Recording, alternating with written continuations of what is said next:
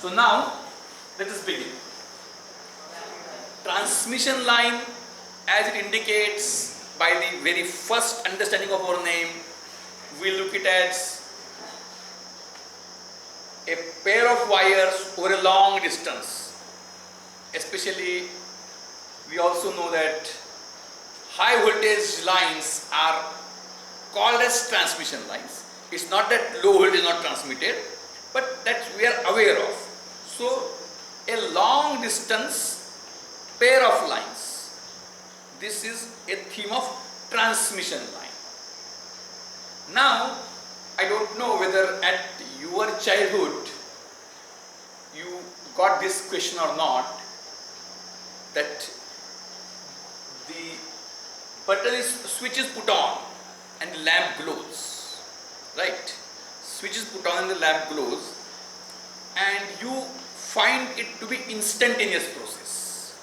You find it to be instantaneous process. Whereas it's too preliminary, but I am giving the examples because it is having a meaning. And what you find, even the button is at this end and the lamp is at extreme other end, almost it's instantaneous. Whereas if in a garden you are having a water tap, a long pipe, and when you put the water tap in bathroom, you find that the water is coming instantaneously almost. Whereas the water tap is here and a long pipe is at the other end.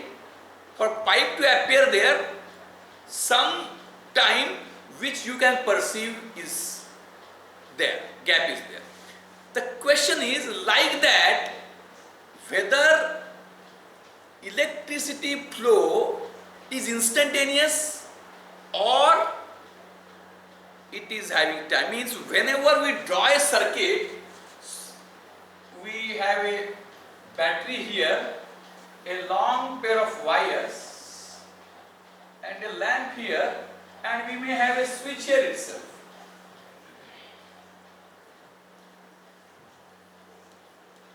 When you close the switch,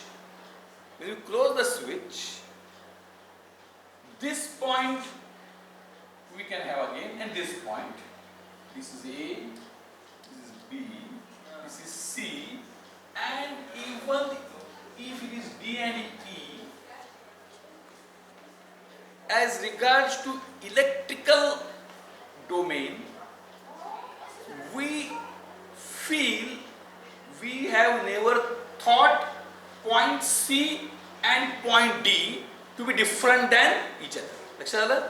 म्हणजे ही wire कितीही जरी लांब असली तरी आपण look here, point C आणि point D हे वेगळे आहेत असं आपण कधी विचार केलेला नाही.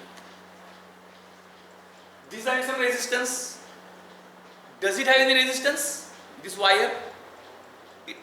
Naturally it has to have, but it's extremely negligible, so we neglect that resistance. It's extremely negligible, therefore we neglect that resistance. And once that resistance is neglected, we say that points are same. That is, point C and point D are same. Means what? Whatever is voltage at point C at given time is same at point D. Is the idea clear? लक्षात आलं? म्हणजे electric once we assume this to be superconductor, if it is not, then the different issue, but for time being let us assume superconductor. Means what? The resistance is so low compared to the resistance of the lamp so that it can be neglected. Therefore, point C and point D are taken to be electrically same. This is the logic.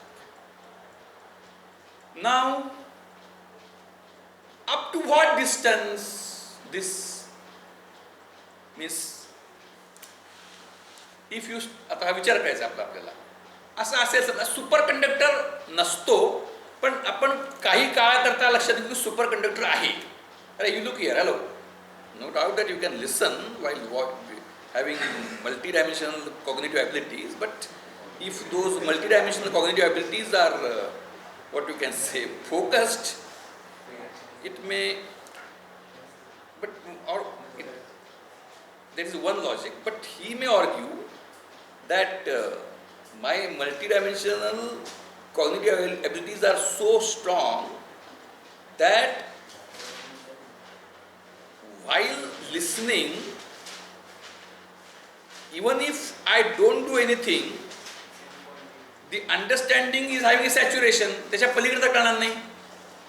मग in that केस मला मी दुसरं काही बघत असताना देखील मी जे ऐकतो ते मला पूर्ण कळत असेल, तर मी काहीतरी न बघणं म्हणजे वेळेचा अपव्यय असं कदाचित तो म्हणू शकतो. Okay, so now you listen carefully. म्हणजे सुपर कंडक्टर नसतो, पण आपण सुपर कंडक्टर आहे गृहीत धरूया. एक वी ॲज्युम समथिंग. पण मग सुपर कंडक्टर आहे म्हटलं तरी देखील अशी खूप लांब 100 किलोमीटर वायर वेटोळ. आता तिथं मग ऑब्झर्व कसं घ्यायचं, तर आपण वेटोळ घालू शकतो. वेटोळ घालून पुन्हा इथंच, म्हणजे सी आणि डी ला वायरचं अंतर 100 किलोमीटर आहे, पण तुम्ही त्याचे वेटोळे घातलेत तर सगळे एकाच ठिकाणी आपल्याच रूममध्ये एकाच ठिकाणी डावीकडे स्विच उजवीकडे लॅम्प, बॅटरी स्विच लॅम्प असं होऊ शकतं. तर सुपर कंडक्टर आहे म्हटल्यानंतर now my question is whether resistance is the only parameter which we should consider, or when the things are spread sufficiently long, do other parameters come into picture? म्हणजे super conductor असेल तर resistance नाही आहे. लक्षात आलं? Wire आहे, खूप लांब वायर आहे. चांगली वायर असेल, गुड कंडक्टर असेल तर त्याची रेझिस्टिव्हिटी रो कमी असेल. आपण ती 0 आहे गृहीत धरले आता, म्हणजे तो सुपर कंडक्टर आहे. पण a geometric structure where a pair of conductors is thrown, आता पेअरमध्ये गॅप आहे, शॉर्ट होत नाही, गॅप आहे.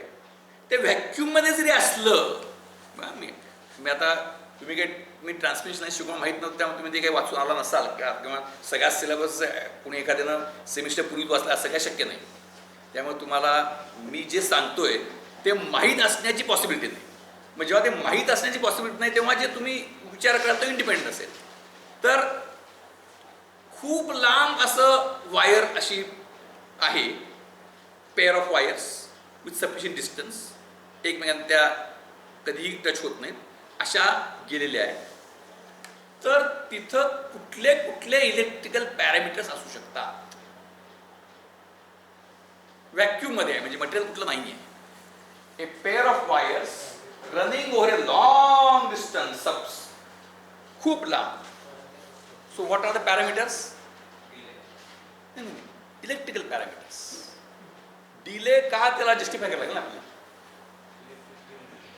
इलेक्ट्रिक फील्ड म्हणजे कशामुळे होईल? सो त्याचे इलेक्ट्रिकल, म्हणजे आता हे फील्ड थिअरीत जायला नको, पण सर्किट थिअरीचा विचार केला. You are not, it's not that you are wrong. त्याच्यातलं मी सर्किट, म्हणजे हा विषय हा जो आहे हा सर्किट थिअरी देतो.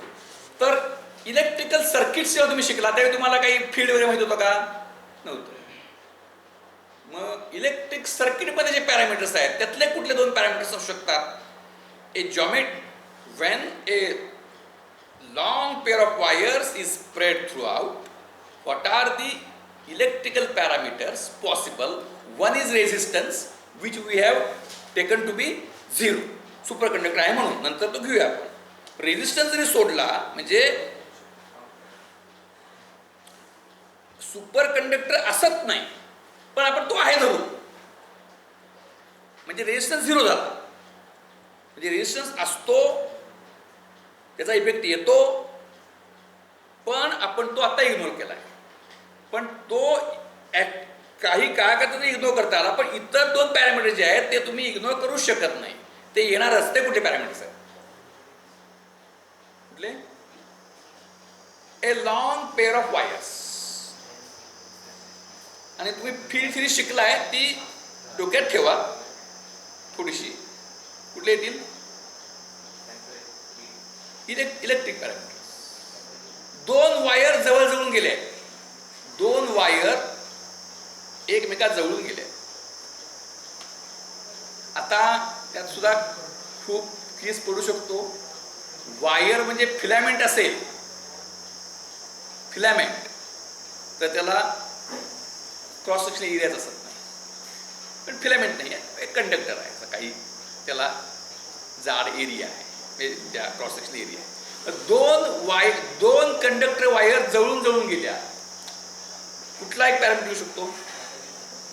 कपॅसिटी. साधारण कॉमन सेन्स ना लक्षात. आणि मग त्यात फील्ड तयार होणार, त्याचा कपॅसिटीचा इफेक्ट आला. आणि कुठला येऊ शकतो? ते जेव्हा करंट फ्लो होईल, एक करंट कॅरिंग कंडक्टर काय करेल? Magnetic field. मग तो दुसरा कुठला पॅरामीटर घेता येईल? इंडक्टन्स. लक्षात? म्हणजे a long pair of wires ला resistance throughout the length जरी झिरो झाला तरी कपॅसिटर इंडक्टर हे त्याला येणार. Listen very carefully, look at the white board. पण ते कसं येणार आता ते फार इंटरेस्टिंग आहे. I am explaining in very simple manner. इथे थोडं बऱ्यापैकी प्रत्येकाला आपण आतापर्यंत काय शिकलोय? कपॅसिटर म्हणजे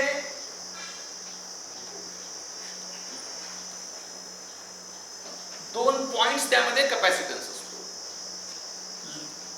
तर आपण लंप्ड पॅरामीटर्स म्हणतो की जे आपण एकत्रित एक्सप्रेस करतो. दोन पॉइंटमध्ये इंडक्टन्स असतो आणि दोन पॉइंट त्यामध्ये रेझिस्टन्स असतो. आता आपण जुळवलं रेझिस्टन्स दोन पॉइंट. म्हणजे आपण सर्किट थिअरीमध्ये आपण काय शिकवत होतो? तर ज्या कनेक्टिंग वायर्स आहेत त्या रेझिस्टन्स नाही आहे आणि त्याची लेंथ त्या सर्किट थिअरीमध्ये छोटीच होती. आपण काही लॉंग आपण कन्सिडर केलं नव्हतं.